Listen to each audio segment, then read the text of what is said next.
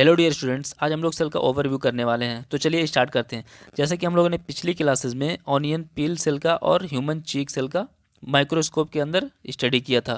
तो हमने क्या पाया, जो ऑनियन सेल होता है हमारा, ये एक टाइप का टिपिकल प्लांट सेल होता है जिसकी आउटर बाउंड्री सेल वाल होती है और उसके जस्ट नीचे क्या पाया जाता है, सेल मेम्ब्रेन पाया जाता है। जबकि जो ह्यूमन चीक सेल था, इसकी जो आउटर बाउंड्री थी क्या थी, सेल मेम्ब्रेन थी।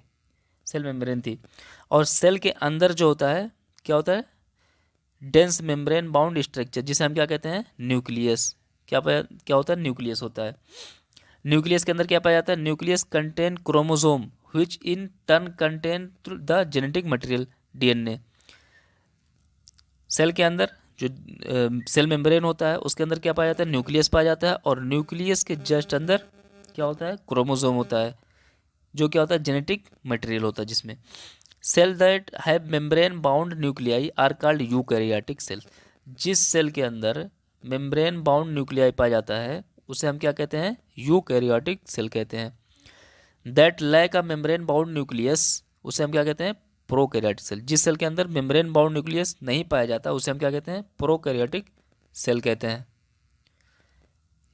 इन both prokaryotic and eukaryotic cell semi fluid matrix called cytoplasm. दोनों सेल में क्या पाया जाता है, साइटोप्लाज्म पाया जाता है, जो कि क्या करता है, occupy the volume of the cell. Cell के वॉल्यूम को ऑक्यूपाई करता है। Cytoplasm is the main arena of cellular activities in both plant and animal cell. दोनों सेल में जो साइटोप्लाज्म होता है, ये जितनी भी केमिकल रिएक्शन होती हैं सेल के अंदर, वो किस में पाई जाती हैं, साइटोप्लाज्म के अंदर पाई जाती हैं। देखो क्या लिखा, various chemical reaction occur in it to keep the cell in the living state. Cell को लिविंग स्टेट में रखने के लिए जितनी भी केमिकल रिएक्शन होती हैं वो किसके अंदर होती हैं, साइटोप्लाज्म के अंदर होती हैं। Beside the nucleus the eukaryotic cell have other membrane bound organelles.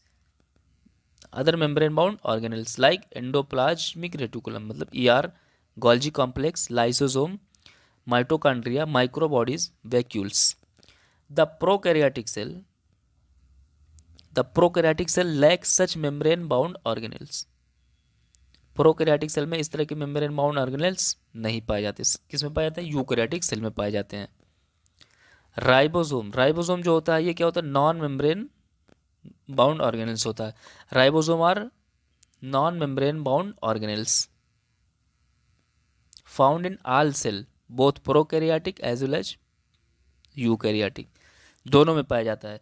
जो राइबोसोम होता है ये मेम्ब्रेन बाउंड ऑर्गेनेल्स नहीं होता, ये दोनों में पाया जाता है। यूकैरियोटिक सेल और प्रोकैरियोटिक सेल दोनों में पाया जाता है। Within the cell ribosome are present found not only in the cytoplasm. Cell के अंदर ये साइटोप्लाज्म के अंदर सिर्फ नहीं पाया जाता, ये ऑर्गेनेल्स के ऊपर भी पाए जाते हैं। With in the two organelles, दो ऑर्गेनेल्स के ऊपर भी पाए जाते हैं। कौन कौन से, क्लोरोप्लास्ट इन प्लांट, माइटोकॉन्ड्रिया और ईआर। जो एंडोप्लाज्मिक रेटिकुलम होता है उसके ऊपर भी राइबोसोम अटैच होते हैं। तो उस राइबोसोम को हम लोग क्या कहते हैं, रफ सॉरी उस एंडोप्लाज्मिक रेटिकुलम को हम लोग क्या कहते हैं, रफ एंडोप्लाज्मिक रेटिकुलम कहते हैं। Animal cell contain another non membrane bound organelle. जो एनिमल सेल होता है हमारा, उसमें एक और नॉन मेम्ब्रेन बाउंड ऑर्गेनल्स पाया जाता है जिसे हम क्या कहते हैं, सेंट्रोसोम कहते हैं। विच हेल्प सेल डिवीजन, जो कि सेल डिवीजन में हेल्प करता है। ये किस में पाया जाता है, सिर्फ एनिमल सेल में ही पाया जाता है।